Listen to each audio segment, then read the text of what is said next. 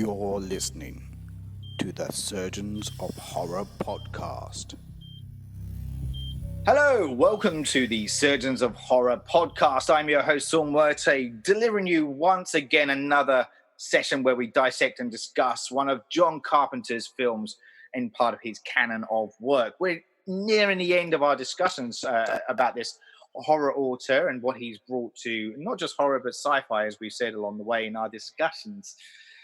This particular podcast, we're going to be talking about Vampires, the James Wood vehicle that, and at one stage was going to have Dolph Lundgren in it, apparently, from what I heard. Really? Yeah. Was he going to be the big bad guy? No, he was going to be the Jack Crow character. Right. Yeah, but we'll come to that in a bit.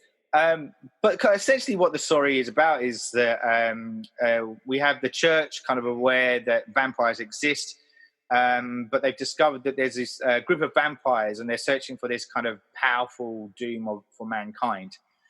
And the Vatican, they've secretly enlisted a team of vampire hunters led by a character called Jack Crow, which, as I've said, is... Dolph Lundgren. Dolph Lundgren. Yeah, that's what three people Lundgren. It cannot be anybody but James Woods. You can't see anybody. Nobody but James Woods. It's like trying to recast Han Solo. Yeah, true. Anyway, so he's led by him to hunt down and destroy the vampires before they find the crucifix. As you can already hear, I have the crucifix. You can already hear, I have somebody alongside me to share with me in my discussions, and that's none other than Anthony, the Big Cheese Yee. Welcome aboard, sir. Wait for applause and stop. Great to be back.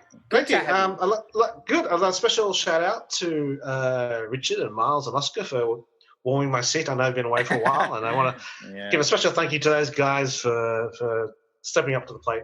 I did find it interesting that their choice of seat was a red hot poker, but you seem to be comfortable. You seem to be okay. So it's my seat. It is your seat. It's my seat. And they decided to sit on the red poker too. And yeah, which is true. why I know. It's become habit.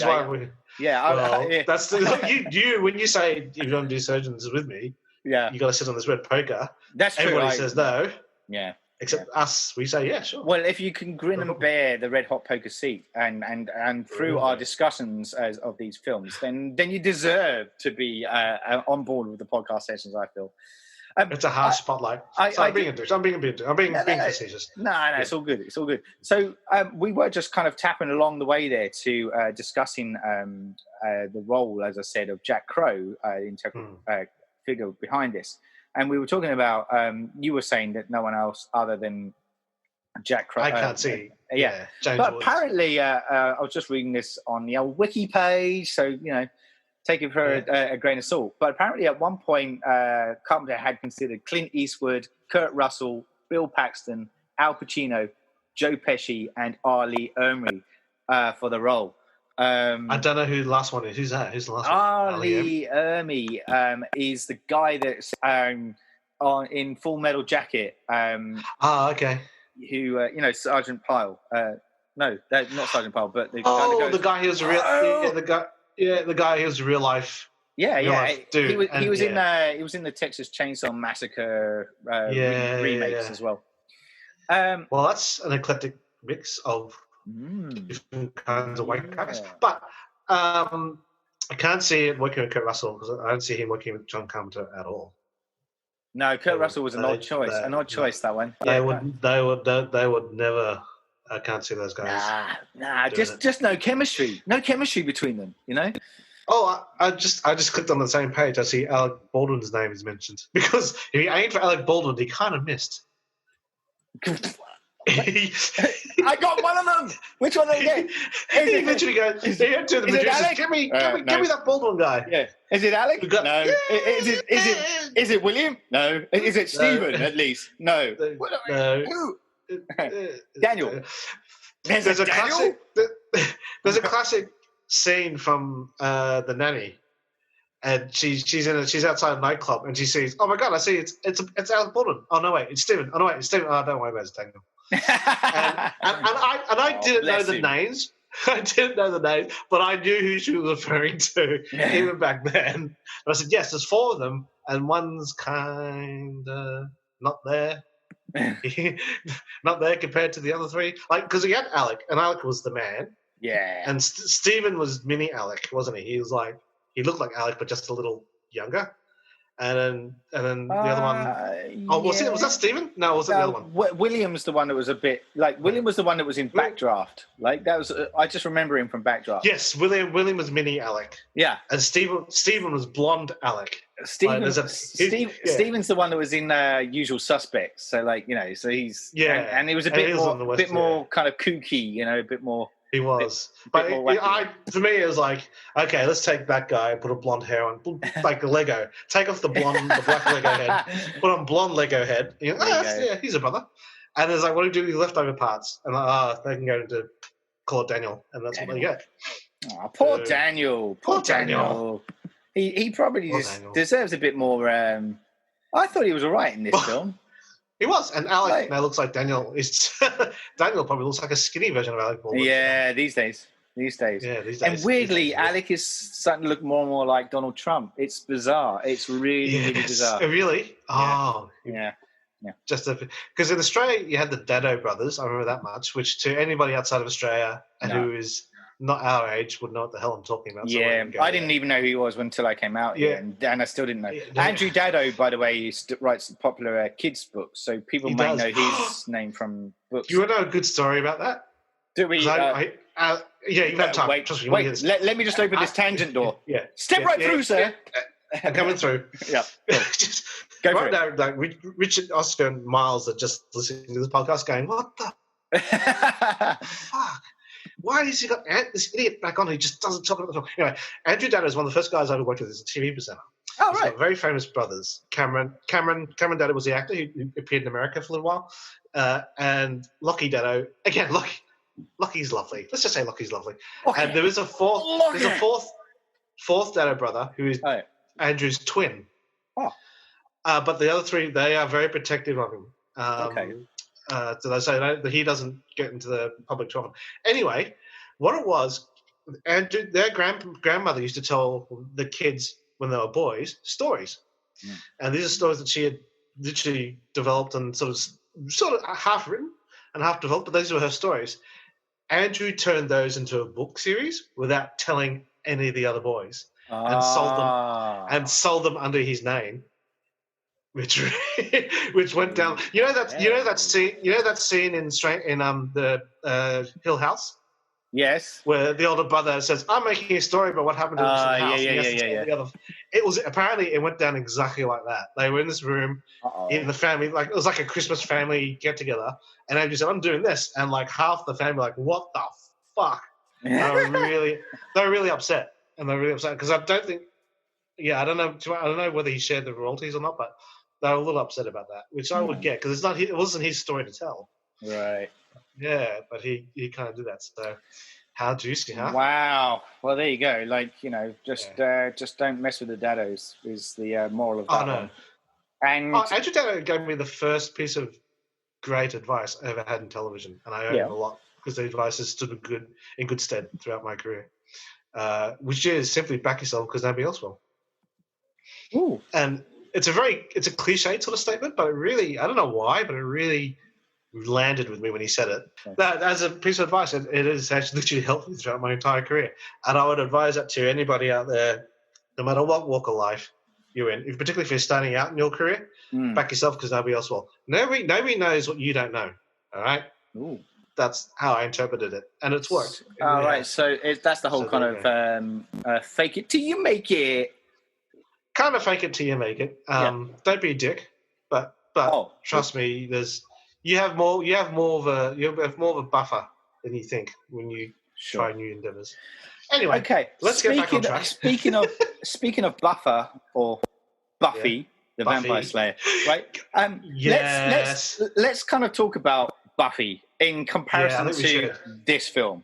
Yes. Right? Because, and I know you're a big Whedon fan. We've spoken about it in numerous kind of previous podcasts. No, I don't know. So, and the reason for it, right, is for good reason, right? Because I remember when I first watched Vampires. It came out in 1998. Can't tell you when specifically I did watch it. But I do remember when I first watched it, and I liked it. I dug it. And Mm. it did still stick with me, and I was kind of like, well, what is it about that? And I found like it was a bit of a good fun film. And in my head, before I went back and watched this prior to the podcast, I was kind of thinking to myself, it's a shame they didn't, because I could see it working as a TV series. Because the crux of it is that it is vampire mythology infused with American Western kind of gunsling, kind of token action kind of stuff, right? Sensibility. Yeah. That's kind of what it is. And that you can see that really working well. So like the vision's there. And I just question whether or not the execution quite paid off. Because when I did watch it this time around, I was kind of left a bit wanting. There was scenes that kind of dragged a bit and kind of was a bit kind of mismatched, and I just felt like it was it just lost a little bit of context within the plot that was being delivered. And I don't remember that being my thought, as I said, when I first watched it. And I think when I first watched it, I just went along with the fun energy of the piece. But I still think there's the kernel of something there to make something more of it. And it's gone on and it's done 2 other sequels as well. I mean, can I just say, I know this film and I know it very well. Yeah. I went to log onto YouTube to see it. There's only a Spanish-speaking version on YouTube that you can see.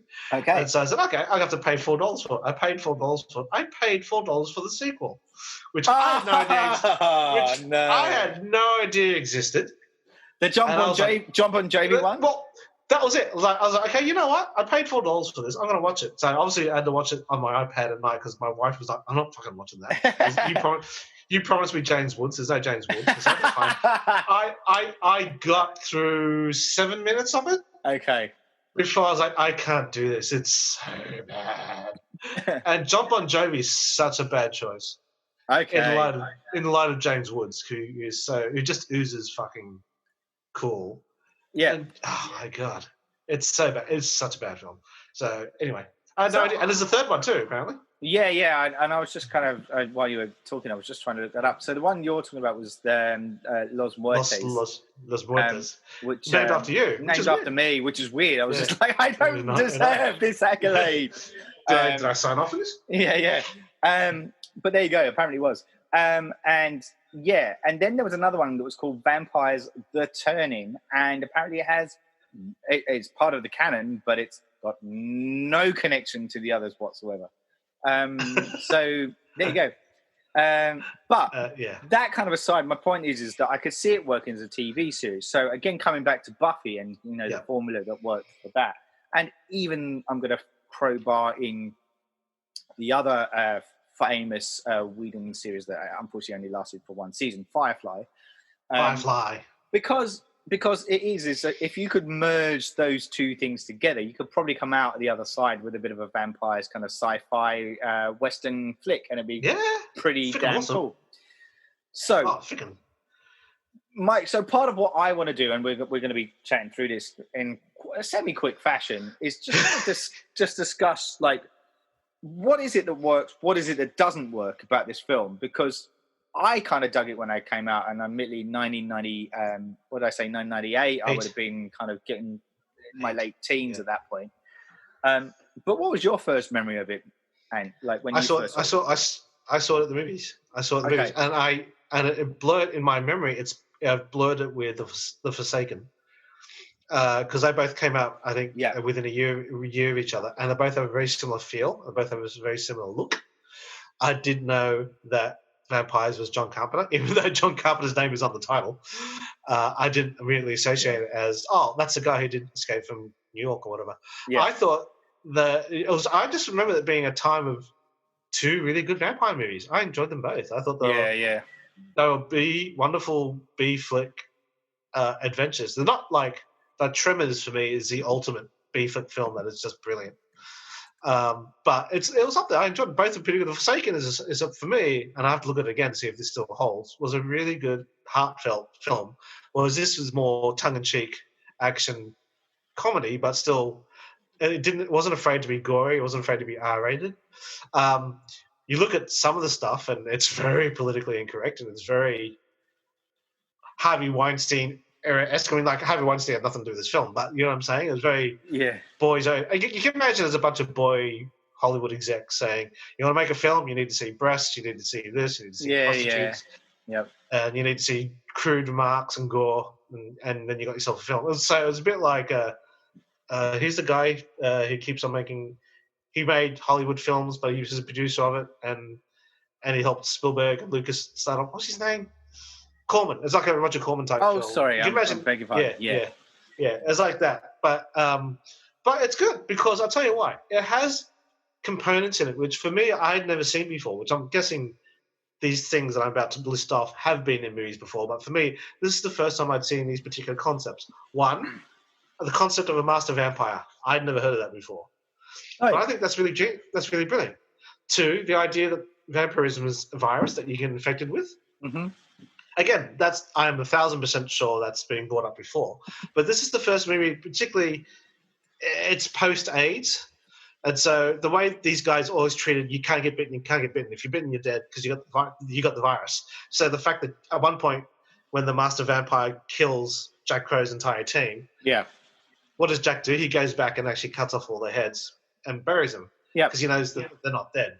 So that concept of like they don't just kill you, they infect you was the first time I'd ever seen that sort of played out in a movie theater or in a movie. The idea of slayers and the concept of a team of slayers working for the church or working for again, this is Buffy. What is Buffy? She's a slayer who works for a mysterious organization who have affiliations to the church. Yes. But the fact that there's different cells and that Jack is the leader of a cell, and so it's a bit like Mission Impossible, like Tom Cruise is part of a team, but there's other Mission Impossible teams out there. James Bond is 007, right? There's other 00 agents out there. It was all cool. Like, so this is really cool. Like, it's really, these guys are on a mission to the church, and there's all different guys who play different roles. You have to have a priest. So to me, straight away, that's Dungeons and Dragons. Dungeons and Dragons, you need a cleric in your party because you can't kill the undead, right? Yeah. So he has a priest, and he has guys who are the Baldwin characters. He's probably the two I see, but he's the guy who hauls them out with the harpoon, and it's like, this is cool. I've never seen a film with these sort of concepts. I love the idea of a master vampire. I think for me, and this is another tangent. The only thing that makes a master vampire for me is a vampire who lives beyond a certain age, and he just levels up, which is a very Dungeons and Dragons thing to say, but his powers get bigger and bigger because obviously he's so good, or she is so good at being a vampire, they don't get killed. So as a reward, their powers get bigger and bigger, and they reach the level of master, right? And I like that idea. Say that age is 250 years, and you level up to a vampire, which I thought, as a concept, if you carry it to the Buffy universe, I always thought that was really interesting. I thought, because they do have master vampires in Buffy, which was the first bad guy in the first season they had to kill was a master vampire.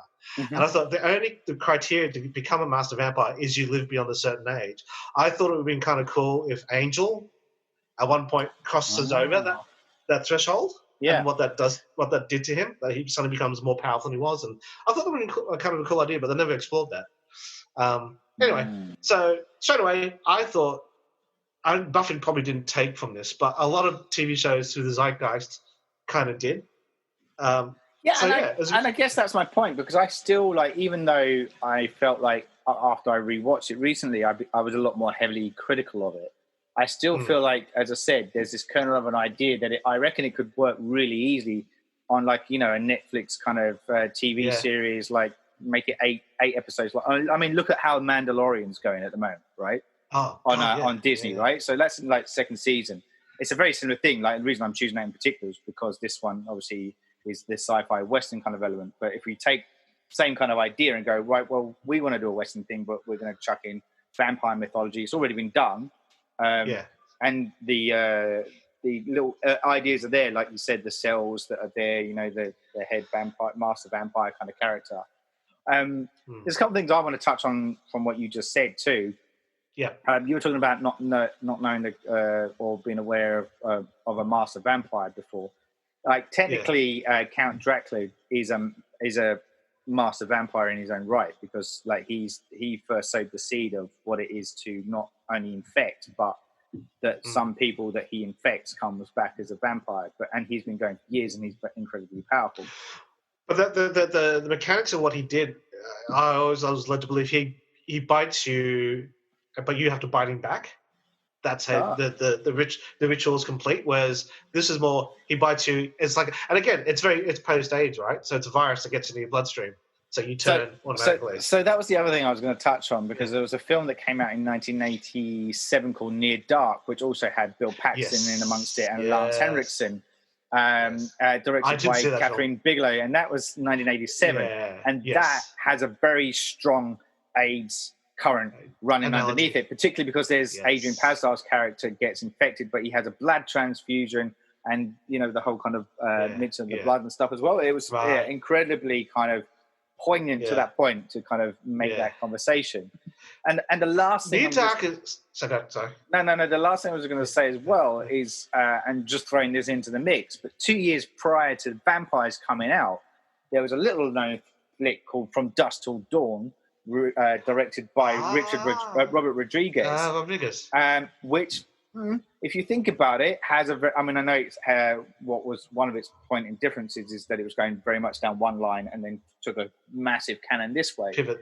But if you just look at the vampire mythology component of that film, that feels to me like it's still got legs. It's still relevant, and when you watch that film, there's still some cool elements in there. When you rewatch Vampires, you kind of go, it's kind of missing. It's just missing that edge, that energy that I think Dust to Dawn had when they go out and they start killing vampires and stuff.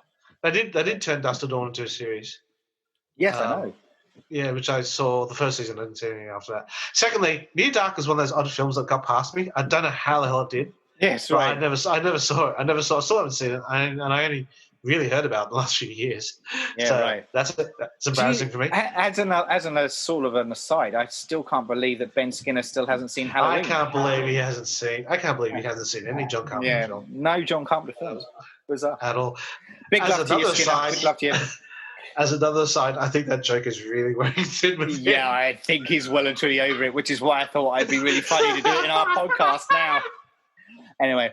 Anyway, all good. All right, so look, let's start kind of talking a little bit more about Vampires and what it's offering on the screen, essentially. And I'm sorry if you can hear kind of chipmunks up above me. I think that's my kids still awake. Yay! Yeah. Okay. So, as we said, I don't have kids. They're not my kids. They're not mine. They are now. They are now. I fed them to Barry in the Belfry. Okay, so in the Belfry. Jack Crow, played by James Woods. He's a professional and Vatican-funded vampire slayer, and he and his team of slayers have just rooted out a nest of 9 vampires, which is where we meet them, in the New Mexico desert. And they are trying to hunt for this master vampire, which is called Yang Valek, but he's not there. Part of this opening sequence is we see the team in action. They're a professional unit, and as you said, we had the Daniel Baldwin character using the winch to kind of pull them out. And obviously, once they get pulled out into daylight, they kind of set on fire. What I really loved about this beginning part, and something that echoes through this, is Jack Crow is just making stuff up as he goes along. There's no, as much as they're a professional unit, it feels like the haphazard nature of what it takes to actually try and kill a vampire isn't easy, right? And that's what I really liked about it, because they're tripping over, they're making a massive kind of crap kind of way of trying to deal with these things, and I kind of like that. I dug it. It wasn't. I just like the idea that, as I said, that they're just not going in and it's not easy. Well, I think I want to say this scene is brilliant. I think it's tense. It sets up the tension. It's tense. It sets up tension, but it also sets up the law. The rules that this universe is going to be following. The staking a house during the daytime, the fact that they look at it and I can tell from the outside it's probably a nest. Using terms like nest, yes, for me it was pretty fresh. Your methodology. I thought they had a procedure, like the fact that the first thing they do is half the team of the boys, apart from James Woods. James Woods is one of those characters that in a war movie he doesn't duck, because he's such a veteran. Yeah. He's leveled up so high that bullets don't fucking hit him.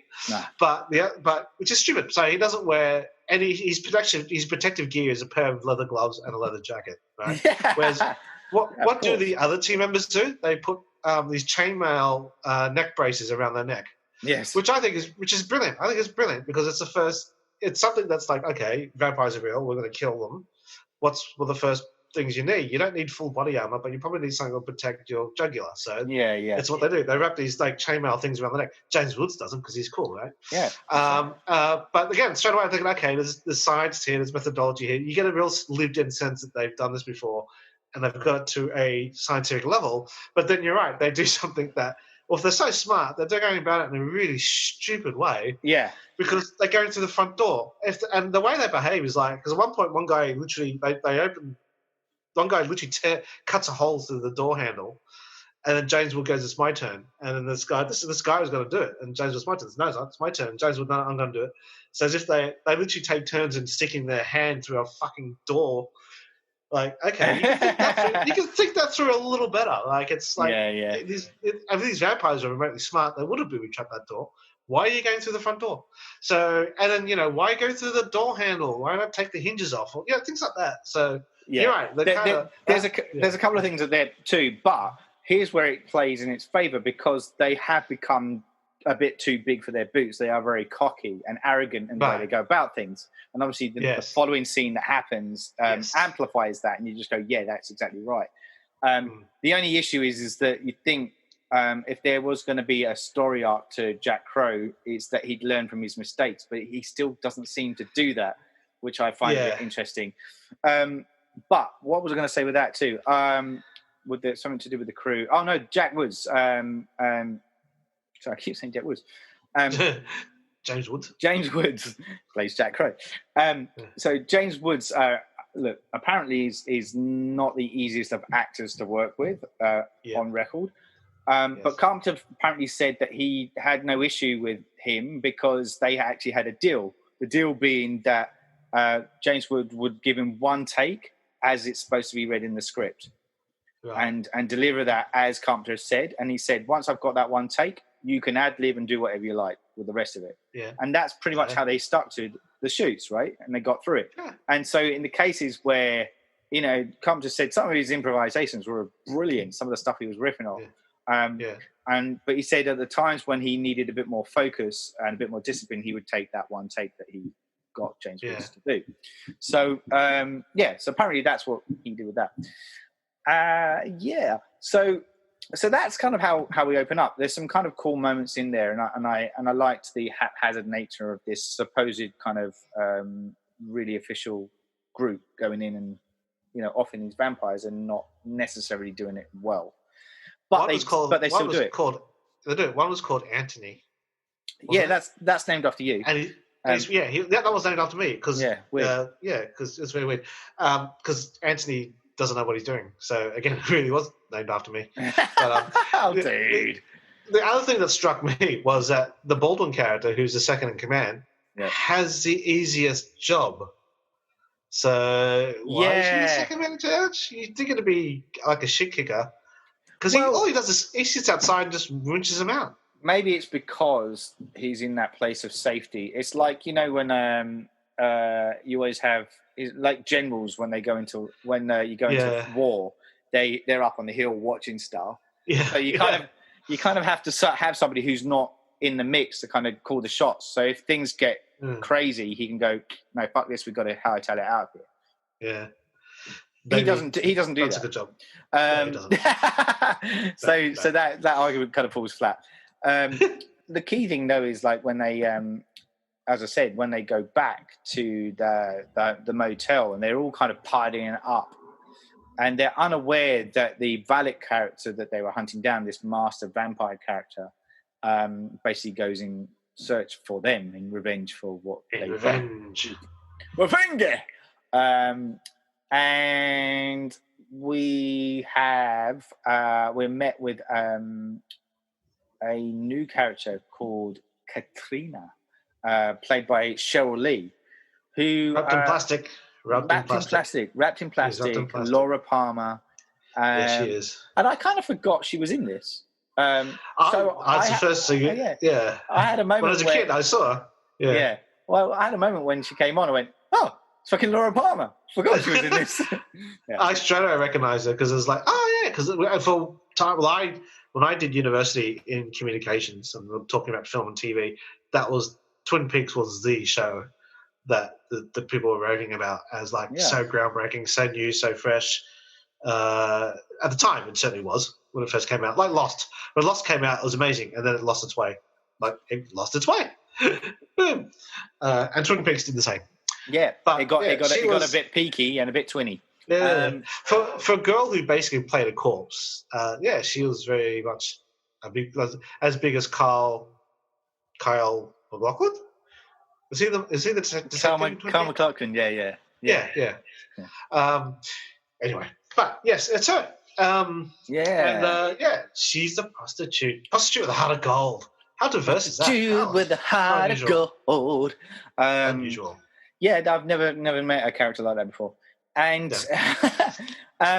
but she gets attacked, and she does. So she was gonna wait in the room to fuck James Woods or something. Was that right? Because they seem that the Vatican, who they seem to work for, has no problem paying after a kill for their Slayer teams to basically hire a bunch of hookers and have sex in a mass orgy, presumably with a lot of drugs. I'm guessing. It's no different to what goes on in the Vatican in the after hours once they've done their prayers and you know, I'm guessing a few wacky backies. Like, I mean, I'm guessing you have to keep receipts. You know what I'm saying? When they go back to HQ. One of the reasons I'm saying that, and I am kind of taking a little bit of the piss about the religion kind of aspect of it, is apparently when I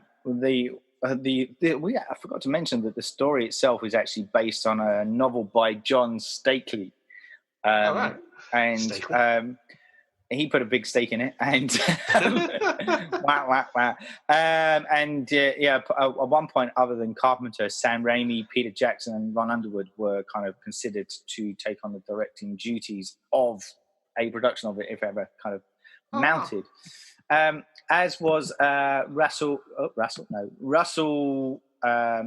Mulcahy, who was famous for directing Razorback, the Australian kind of horror film. Oh God, Russell Mulcahy. Mulcahy, that's it. Sorry, because he also went on to direct Highlander and Highlander 2. Yes. Let's not talk about Highlander 2. There's no Highlander 2, just Highlander. Yeah, but he also did Ricochet. I love it. But he went off and because when the studio fell out with him and he went off with Dolph Lundgren. He was, as I say, going to be cast in this, and they went off and they did Silent Trigger, which is a big action flick. Silent Trigger, which also lifted a lot of the story plot off the original Vampires film. If you watch it closely.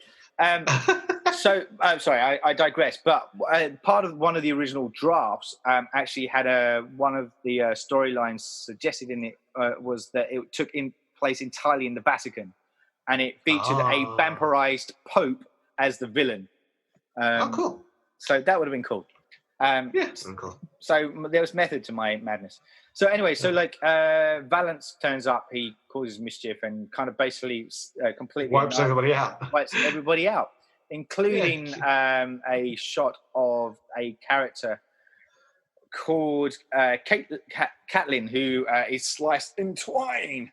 Yeah. Who is played by Mark Boone Jr., and I've interviewed him. Oh, have you?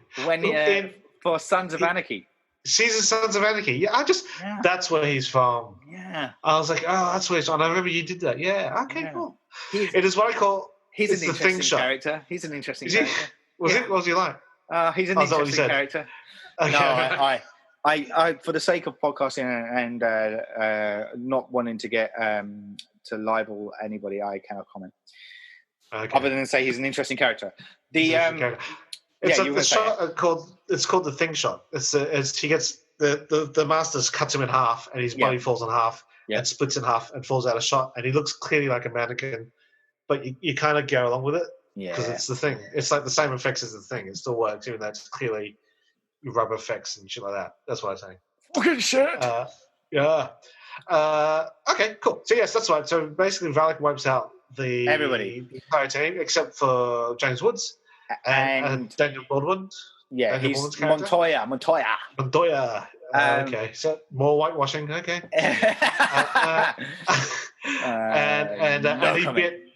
And he bit Laura Palmer. So he bit Laura Palmer, and then she got wrapped up in plastic and washed up in Twin Peaks. Yes, he bit her on the thigh. So they get very sexual. I did. Goes down on her. I'm glad you said that because the sexual bit is well and truly played in this. And the next time we actually see this sexual interaction with a bite sequence is when Daniel gets bitten later on towards the end, because his reaction is also very orgasmic in his response. Yeah.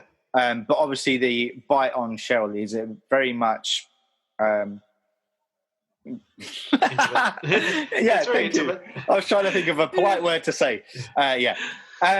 So she's infected, but they take her away anyway and rescue her because she has a connection with him now. She has a psychic connection. Yeah, but they don't know that at this point. No, do they? No, he does. Jack doesn't he? That's why he says that's why I got to keep her alive. Or maybe I'm confusing that with Forsaken. I don't know, man. I just thought it was a bit odd that they went, I fucking like her. She's a prostitute with an art. Montoya develops a liking for her. He does. Because they take her to a hotel room, and they've got to put her under ice. Again, I'm confusing that with the Forsaken, I think. Yeah. But yeah.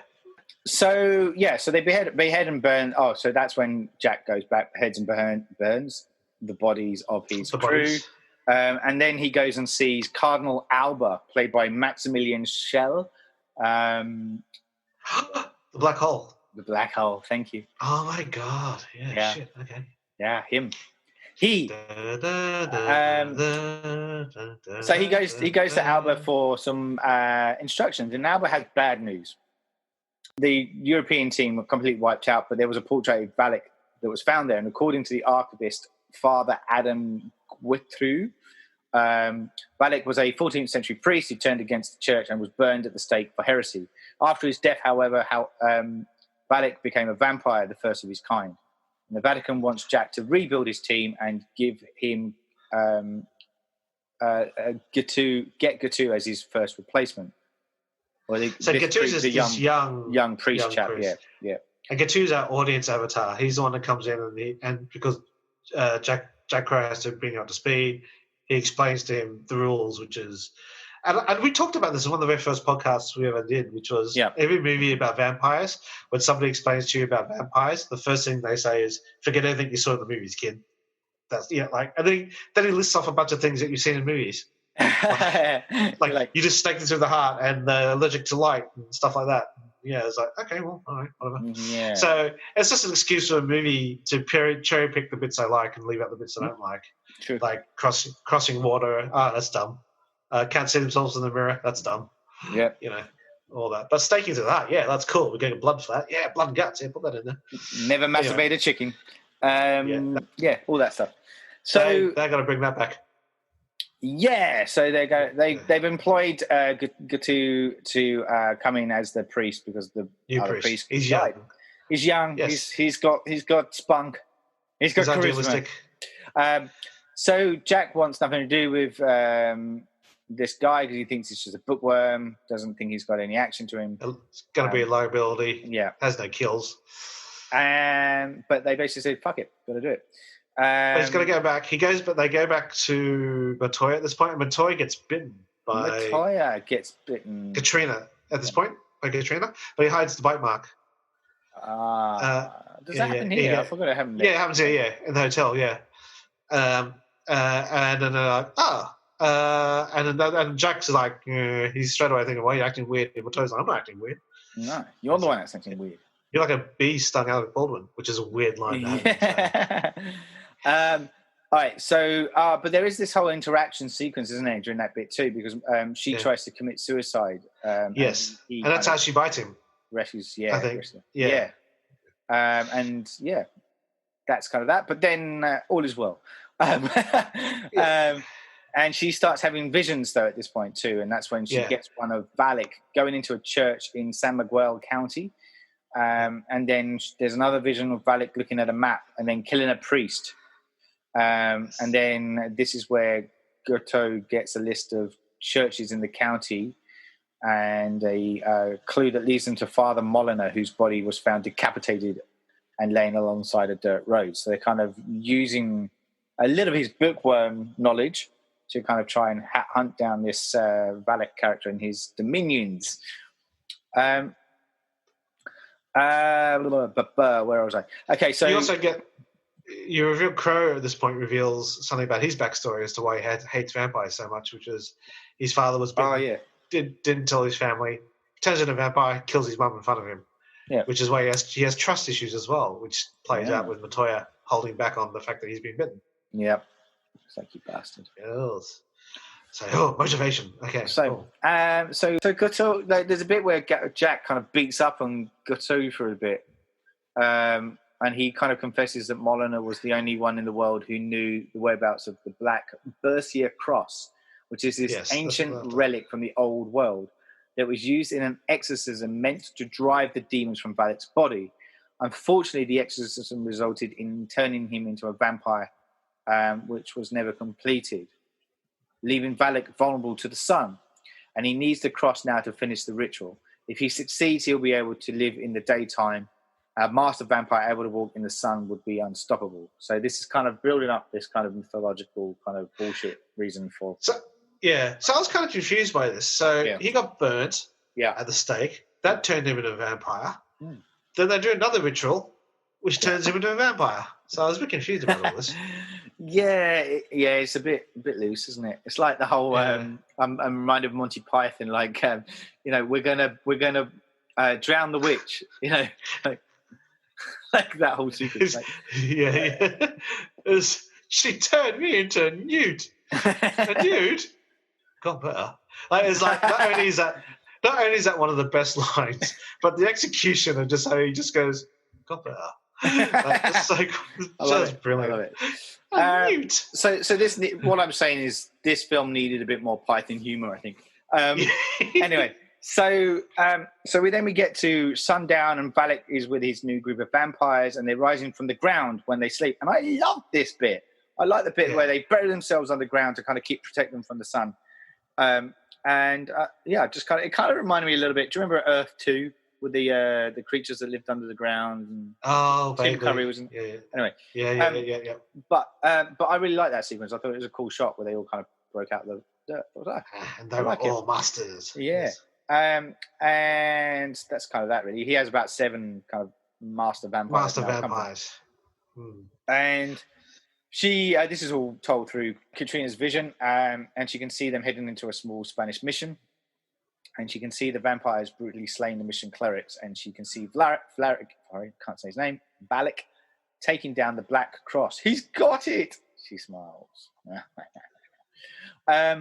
The next day, Katrina leads Jack and Montoya to the small deserted town of Santiago, where she says Valak is hiding in the best constructed building in town, which is the jailhouse.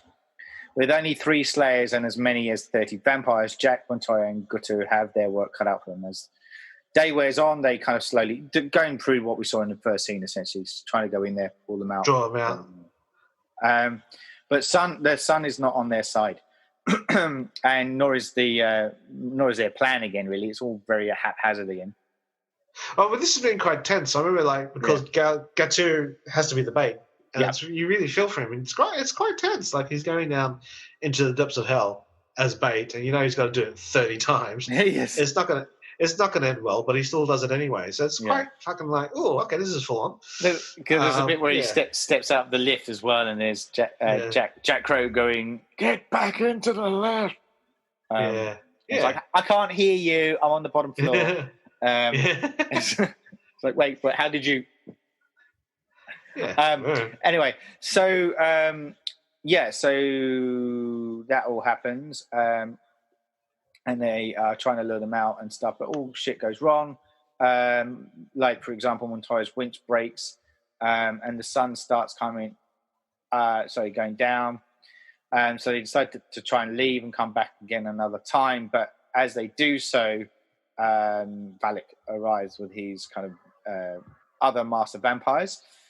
And Montoya and Katrina kind of escape in the Jeep and Gateau kind of hides in a restaurant, finds a shotgun, but Valak catches Jack and ties him up. Kinky. Yeah, and this is the big reveal coming up. Yeah, excuse me. Because the reason they need Jack is they need the blood of a slayer. Or I think they say blood of a slayer or blood of a crusader, which is him. So it's a twist on the blood of the virgin type deal.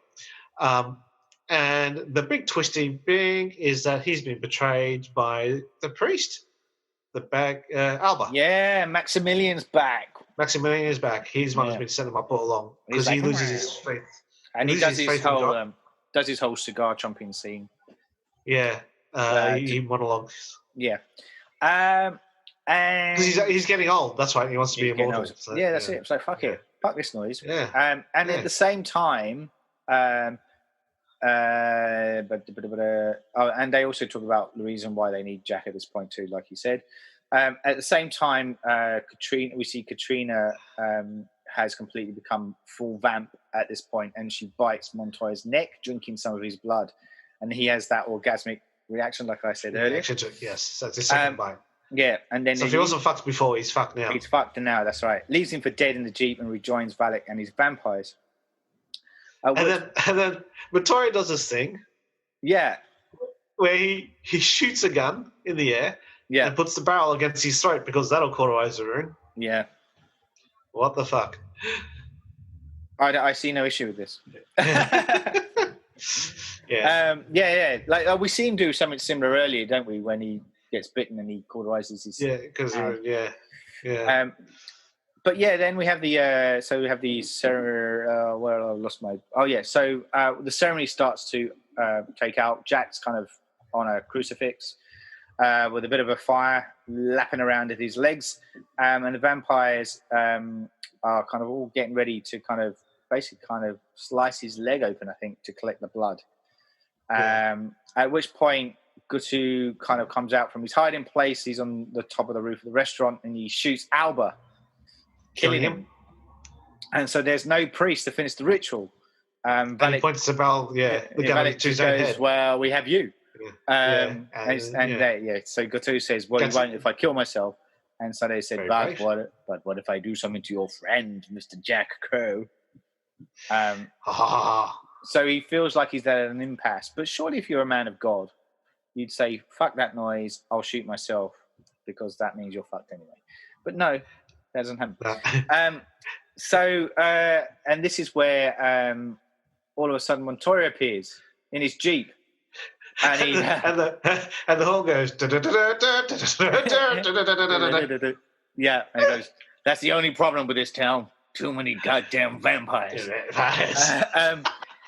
So he comes up, he fires a crossbow into the cross that's attached to the winch on his Jeep, and as he drives off, he pulls the cross out with Jack Crow attached to it, slings him across and out. Gutu comes out and cuts Jack free. So they're all ready to kind of try and fight the vampires off again. They trap Valak, who leaps at Jack. Jack holds the cross, and Valak lands on it, impaling himself. And Valak attempts to pull out the cross, and he's oozing this kind of black blood and going, "You can't destroy me."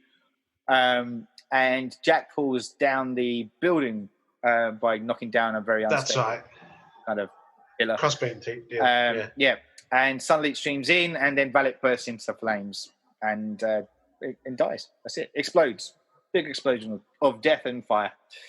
At one point, doesn't Jack say the line, "How's your dick feeling after 100 years? It must be falling off," or some shit? Which is a very James Wood thing to say. I'm guessing that's an improv. I was going to say that. I reckon that smacks of improv there, Jack. That smacks of improv, yeah.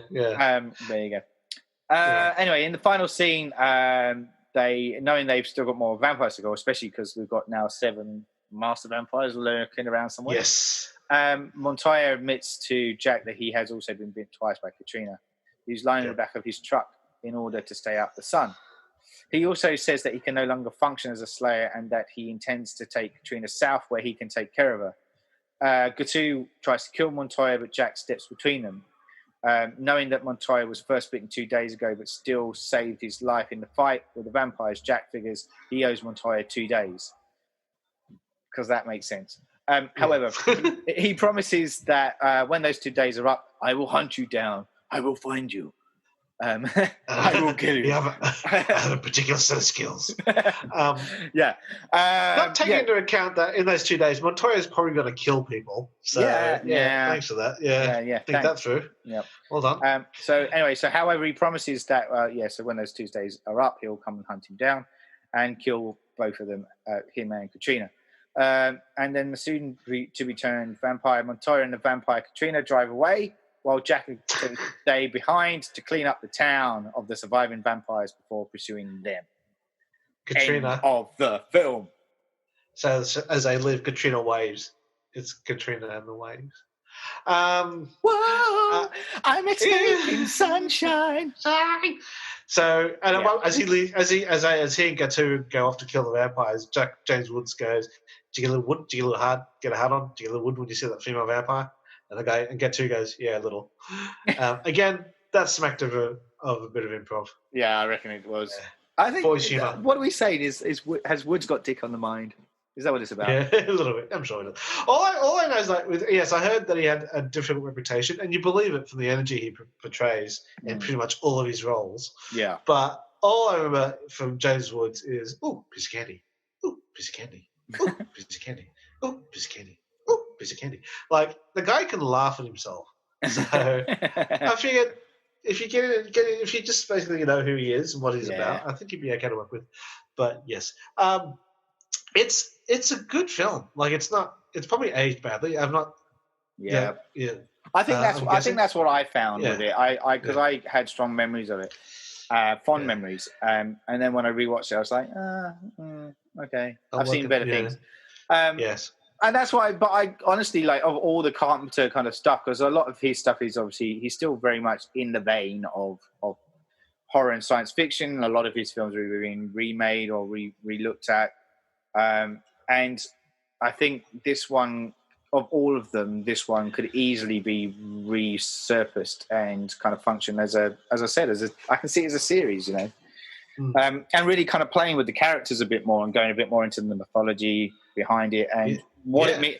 And because you have these cell divisions of vampire killers as well, you can easily kind of pick up with one cell division and then pick up with another one. Yeah. Why not have one called vampires? Vampires Down Under. Yeah, you can have a group that specializes in werewolves and another group that specializes in vampires. Exactly. It's like the crew of the Enterprise. Whenever you meet another Starship crew, it's always interesting how they play out those dynamics with another captain and how he commands his crew and so on. It's very interesting. I'm always fascinated. I think they should do a TV series about the 00 section. I'm fascinated by them. Probably will. I'm fascinated by, because there's a myth in some of the canon out there, which is not official canon, but there's another agent. He's sometimes 002, sometimes he's 009, but his name is Bill Fairbanks, and he's the anti-Bond. Oh. In that he's a spy that you don't know his face. He's very much in the background, and he's very Mission Impossible. He's very Ethan Hunt in that he tries to he orchestrates things without you knowing it. And he sets people up, and so he's very much a ghost in the background type of spy. Yeah. Apparently, he's really fucking good at what he does, but he's not Bond. Bond walks in and just tells everyone his name and shoots the shit out of everything. But for M, that's what she delegates each one what they're best suited for. Sure, and Bond's the blunt instrument, but there's other double agents suited for different tasks. But the one thing they all have in common is that they're all assassins. So I think they're fascinating people to explore. So yeah, I think once, and I could be kind of saying one thing and it'd be completely outlandish, but I think once Daniel Craig hangs up his hat after this next film comes out, there's a rumor that there's a rumor, but that was all bullshit. That they are thinking of the next Bond going back to the 1960s as a time setting again. Well, yes. So, which would be interesting. But the reason I wouldn't be surprised because this latest film, which we've yet to see, does play with another 007 character in it. Well, yeah, I saw it in the trailers. In the trailers, he says, "Oh, you're another 00." Yeah, and I said, "I bet you she's 007. I bet you the whole point is he's retired, so they retired him." Yeah. And so she took his number. So apparently right. she is literally 007. So the reason why I'm saying that, though, is that opens the door up to a potential idea that you're saying there, and because it does then open up who is the 00 division. So they could easily go in a very universe kind of perspective, and always obviously have a James Bond film, but as I said, it opens up potential by doing so. So coming back to vampires, though, I think that's where this kind of can lend itself and play in a really good way in doing these kind of series. One thing I wanted to mention before we kind of bow out is that, interestingly, the budget for this film was made at 20 million. And it took the box office takings was 20.3 million. Profit done. So 0.3 million. And it had enough there to warrant people wanting to go back and make 2 other movies.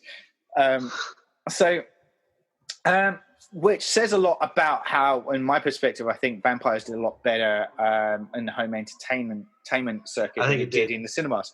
Because I think the other 2 were kind of direct-to-video kind of follow-ups. A bit like From Dusk to Dawn had 2 direct-to-video follow-ups too, just to throw that franchise back into the mix. All right, so that's the crux of it. Like we're almost towards the end of John Carpenter's kind of film career. This was not quite the last one. He's got 2 more to come after this. We said we both kind of enjoyed the film when it first came out. So before we wrap up, last questions that I always ask in these podcasts. What did you think today, when you've rewatched it ahead in time for the podcast? And do you think a modern audience would like it, and would you recommend it? I rewatched it in Spanish, so it rocks in Spanish. I tell you that much. Look, I didn't see it all because it's in Spanish, but I knew so after watching the first 10 minutes in Spanish because I didn't need to watch it with English. I knew what was happening. I think the idea is there. The idea seemed to spawn so many other ideas. Like Buffy ripped it off a lot, not intentionally, but it did. And I think because and to me, it is a great example of the cycle of vampires. Yeah. Vampires become old. So what's the next thing? Zombies. Zombies became huge in the 2000s. It's probably ready to go back to vampires again. So if they do, this is a good way. And I think you modernize it, take out all the blatant fucking sexist stuff that survived in the Me Too era. But I think that's what you do. You make it about a team. You can make it about other teams, and the concept being you're paid by the Catholic Church to kill vampires. Yeah. All right. So with this film, would you recommend it to a modern going audience, though, or do you think it needs, no pun intended, a revamp in order for it to work? I'd say you watch it as a film buff. Yeah. I'd say definitely give it a go, but I wouldn't. I'd rave about other John Carpenter films first. Yes. But I would certainly. I'd be up for a reboot. But you said a Netflix reboot would be awesome. Yeah. Really. I definitely think so.